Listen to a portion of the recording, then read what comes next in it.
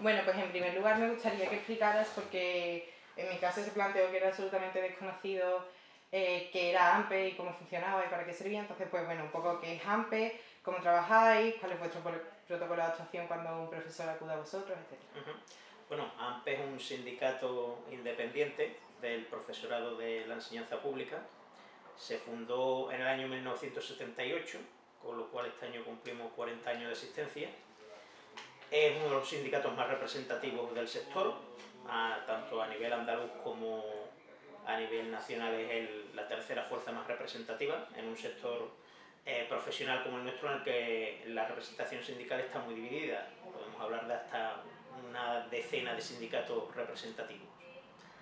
En el año 2005 pusimos en marcha un servicio, el Defensor del Profesor, que tenía como objetivo, por un lado, concienciar a las administraciones educativas y al conjunto de la sociedad sobre el problema de la violencia que recibía el profesorado en el ejercicio de su profesión, y por otro lado, atender a los docentes que sufrían esas situaciones mediante asesoramiento jurídico y psicológico. Vale. Hay una cuestión que me sorprende un poco. Nosotros hemos empezado a investigar sobre este tema, intentándolo, bueno, hemos hecho encuestas a docentes, hemos hablado con orientadores de centros escolares, de todo tipo, públicos, privados, con mejor fama y funcionamiento y con peor, y algunas respuestas responden a que el acoso del alumno al profesor y las situaciones de violencia que puede vivir un profesor, pues por los padres, por la propia administración, o sea, es un hecho real, social y constatado. Y hay otros que, como si no existiera, y además, no sé, por ejemplo, hemos escrito a psicólogos y gente de la Facultad de Educación y nos han dicho que eso no existe. Bueno, lógicamente... ¿Se enfrenta a dificultades el sindicato en No, ese sentido? sí, bueno, desde el principio, precisamente por eso surgió el Defensor del Profesor, ¿no? Para denunciar un tema que era negado por parte de determinadas administraciones educativas, incluso también desde ciertos ámbitos académicos. Entendemos que es muy cómodo de una facultad de educación negar los problemas que vive el profesor de a pie en los centros educativos de enseñanza no universitaria. Realmente esas situaciones de acoso y violencia, claro que existen, ¿no? Nosotros entendemos que la comunidad educativa, ¿no?, es un espacio de convivencia, pero como en cualquier espacio de convivencia existe conflicto, ¿no?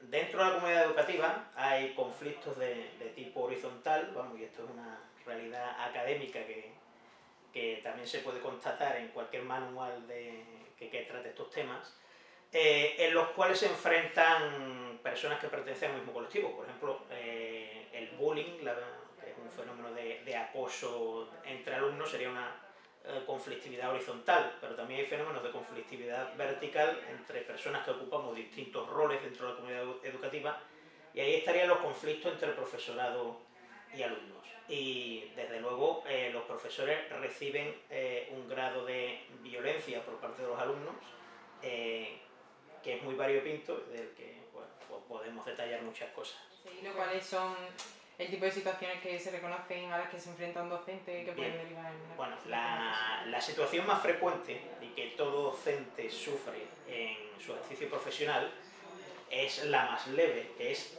los problemas para dar clase.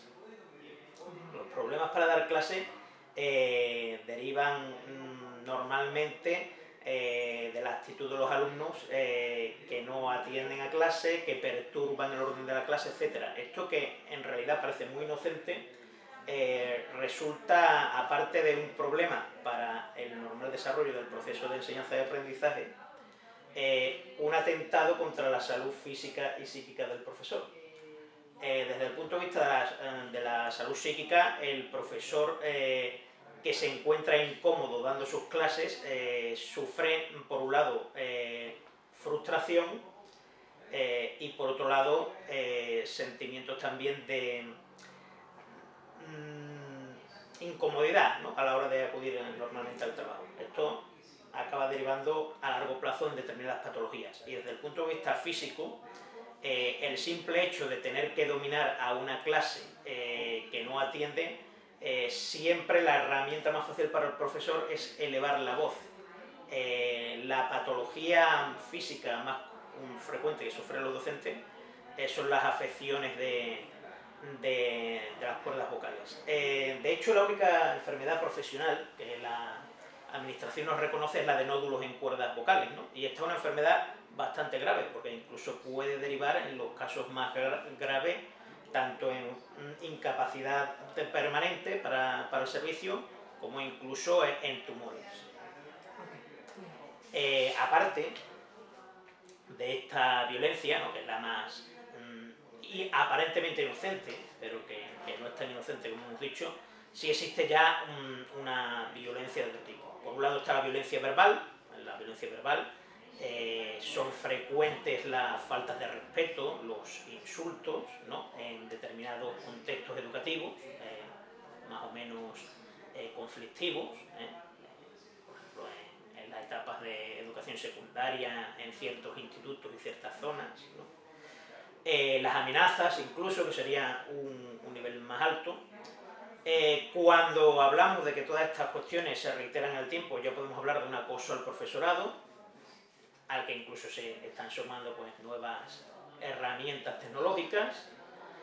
Y finalmente ya el grado final de la violencia es los daños contra las propiedades del profesor, ¿no? Son frecuentes las denuncias que nos llegan de profesores que ven que sus coches sufren rayaduras, o fundamentalmente son los vehículos, ¿no?, pero también otro tipo de objetos que ellos llevan, que son sustraídos o son, en fin, la tipología es diversa.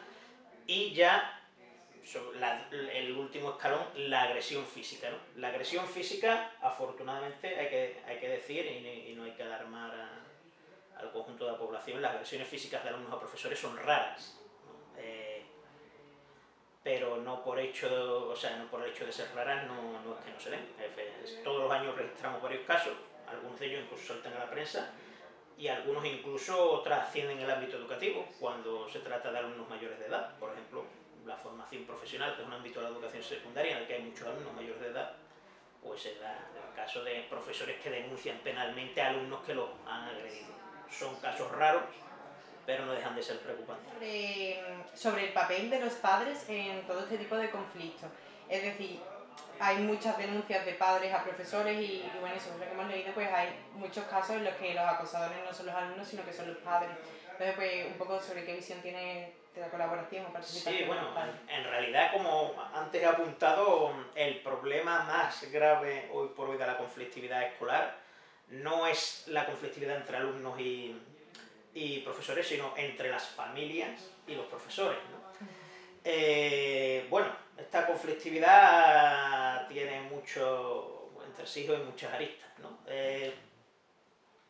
Por un lado, los propios alumnos desempeñan un papel fundamental, ¿no?, ya que ellos son la principal fuente de información para su familia de lo que sucede en el aula, ¿no? Muchas veces la información distorsionada que un alumno da en su casa de lo que ha sucedido en el aula es el germen de un posterior conflicto entre su familia y el docente, ¿no?